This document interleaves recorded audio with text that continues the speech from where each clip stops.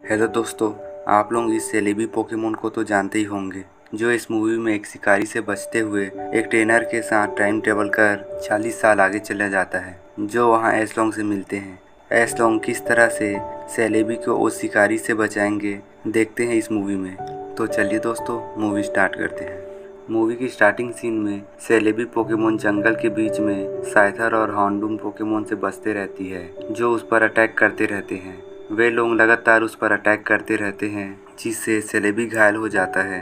वहाँ एक शिकारी आता है जो उसे पकड़ने वाला होता है, तो सेलेबी उससे बचकर आगे भागती है। और इधर दूसरी ओर एक ट्रेनर को दिखाते हैं, जो अपनी जर्नी के दौरान उस जंगल से गुजरता हुआ जाते रहता है। उसे एक लेडी मिलती है जो उसे रोकती है और चेतावनी देती है कि आगे जंगल में अगर उसे एक वॉइस सुनाई दे तो वहाँ वहीं रुक जाए, आगे ना बढ़े, नहीं तो वह मुसीबत में पड़ सकता है। वहाँ एक पोकेमोन है जो टाइम ट्रेवल कर सकता है और वह लेडी उसे उसके सफ़र के लिए उसको खाने के लिए ब्रेड देती है। वह लड़का जंगल में आगे बढ़ता है, जहाँ उसे सेलेबी दिखती है, जिसे एक शिकारी के पोकेमोन साइथर और हार्नडूम पकड़ लिए होते हैं, जिससे सेलेबी अपने आप को छुड़ा लेती है, लेकिन वह बहुत कमज़ोर हो चुकी होती है, जिसे वह लड़का पकड़ता है और उस शिकारी से बचाकर वहाँ से भागते रहता है। आगे जंगल में जाने पर उस लड़के को एक वॉइस सुनाई देती है, जैसा कि उस लेडी ने बताया था, जिसके बाद सेलेबी उस लड़के के साथ गायब हो जाती है। अब दोस्तों, अब इधर स्टोरी को 40 साल बाद का दिखाया जाता है, जहाँ एक नया शिकारी उस पुराने शिकारी से सेलेबी का पता पूछता है और उसके पता न बताने पर उसके पकड़े हुए पोकेमोन पर अपना डार्क पोकेबॉल फेंक कर उसको पकड़ लेता है, जिससे हमको यह पता चलता है कि इस डार्क बॉल से किसी भी पोकेमोन को पकड़कर 10 गुना ज़्यादा शक्तिशाली बनाया जा सकता है। वह ओल्ड शिकारी न्यू शिकारी को सेलेबी का पता बता देता है। इधर दूसरी तरफ एसलोंग को दिखाते हैं, जो अपने सफ़र में एक बोट से जाते रहते हैं, जहां एस की एक लड़के से जान पहचान हो जाता है। एसलोंग वहां एक लेजेंडरी पोकेमोन सुइकून को देखते हैं, तो वह लड़का एस को कहता है कि ऐसे ही और भी बहुत से पोकेमोन्स हैं। आगे उसका गांव है, जहां वह एसलोंग को ले जाता है। एसलोंग उस गांव में पहुंचते हैं तो वहां उन्हें वही लेडी मिलती है, जो वहां से गुजरने वाले लोगों को जंगल के बारे में चेतावनी देती है। आगे जाने पर एसलोंग को एक रोशनी के साथ वॉइस सुनाई देती है, जहां जाने पर उन्हें एक लड़का मिलता है जो बेहोशी की हालत में पड़ा हुआ होता है, जिसे एसलोंग उसी गांव में ले आते हैं। वहां की लेडी उस लड़के को पहचान जाती है कि वह वही लड़का है जो 40 साल पहले वहां से गायब हो चुका था। वह लड़का सैम भी पहचान जाता है कि वह लेडी वही है जो उसे 40 साल पहले ब्रेड दी थी। सैम इस लेडी को बताता है कि वह सेलेबी से मिला, जो अभी खतरे में है। वह ओल्ड लेडी सभी को बताती है कि सेलेबी टाइम ट्रेवल कर सकती है। वह ज़रूर टाइम ट्रेवल करके सैम के साथ 40 साल आगे आ गई है। अब सभी लोग जंगल में सेलेबी की हेल्प करने के लिए जाते हैं, जहां वे लोग नोटिस करते हैं कि एक जगह बहुत सारे पोकेमोन्स इकट्ठा हैं। वहां जाने पर ऐश और सैम को सेलेबी पोकेमोन मिलती है, जो उन पर अटैक करने लगता है। सैम उसको समझाता है कि वह बुरा आदमी नहीं है, उसी ने उसे पोकेमोन शिकारी से बचाया था। वह उसे बताता है कि डरने की बात नहीं है, वह उसकी मदद करेगा। एसलोंग सेलेबी को लेकर उस गांव की ओर जाते रहते हैं, तो वहाँ एक शिकारी आता है जो अपने पोकेमोन की मदद से उन पर अटैक करने लगता है। एसलोंग वहाँ से बच निकलते हैं, जिसके बाद टीम रॉकेट उस शिकारी से मिलते हैं, जो उनके ही टीम रॉकेट की टीम में उनके सीनियर हैं। टीम रॉकेट उनके साथ शामिल हो जाते हैं। रास्ते में मिस्टी को चोट लगता है, जिससे उसके पैर में मोच आ जाता है। तभी वहां पर उस शिकारी के 2 पोकेमोन आते हैं, जो उन पर अटैक करते हैं। एस और सैम अपने पोकेमोन चारमिलियन और बेलीफ की मदद से उस पोकेमोन को रोकते हैं। वह शिकारी और टीम रॉकेट वहां उनके पीछे आते हैं, जहां वे देखते हैं कि उनके पोकेमोन को एसलोंग ने हराकर वहां बांध दिया है।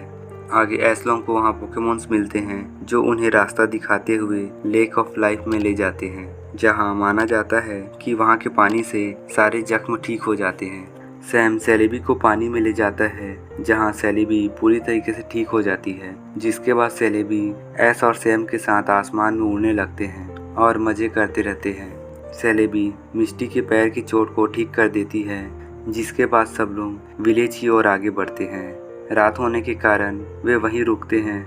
रात में एस और सैम मेटापोड को बटरफ्री में विकसित होते हुए देखते हैं।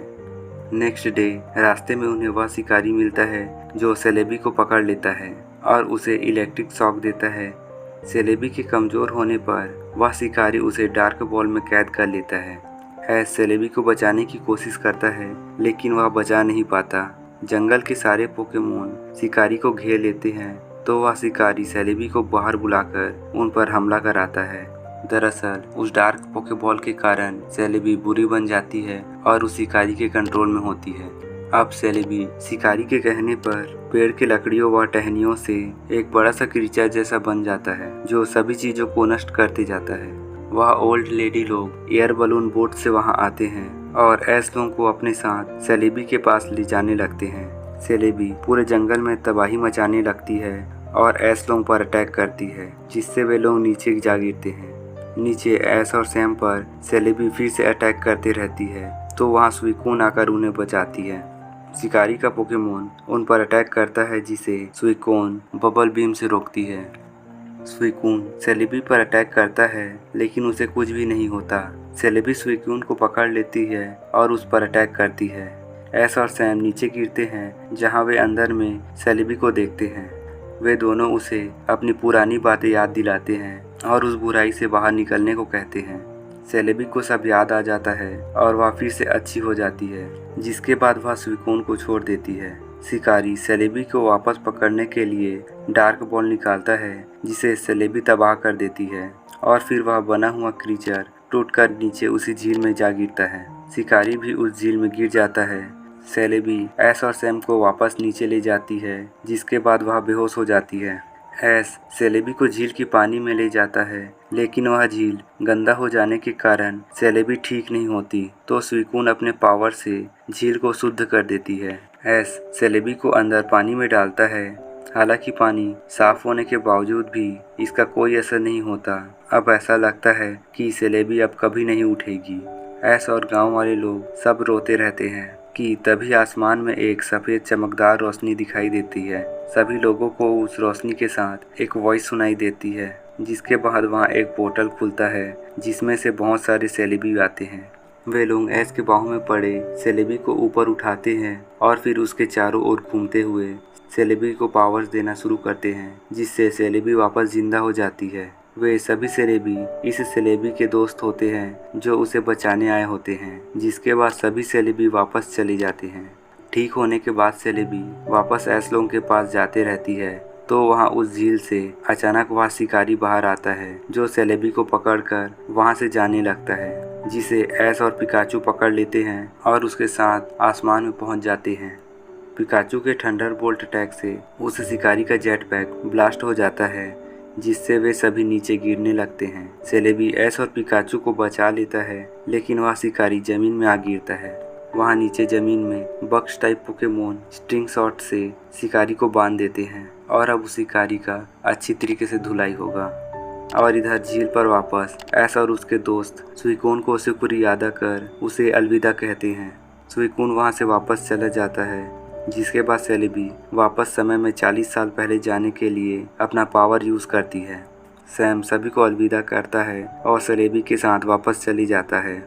ऐश अपने नए दोस्त से दूर हो जाने से दुखी होता है।